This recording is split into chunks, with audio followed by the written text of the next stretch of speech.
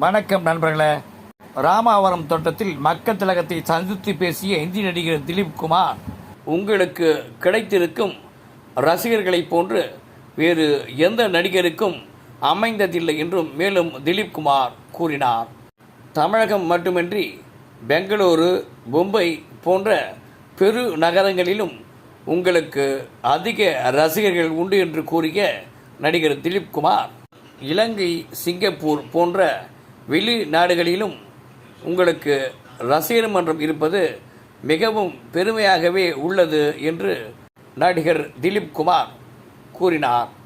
மேலும் உங்களுக்கு இருப்பதை போன்ற ரசிகர் மன்றங்கள் வேறு எந்த நடிகருக்கும் இருந்ததில்லை என்று தெரிவித்த நடிகர் திலீப் குமார், உங்களை பார்த்து பேசியது மகிழ்ச்சி அளிக்கிறது என்று கூறினார்.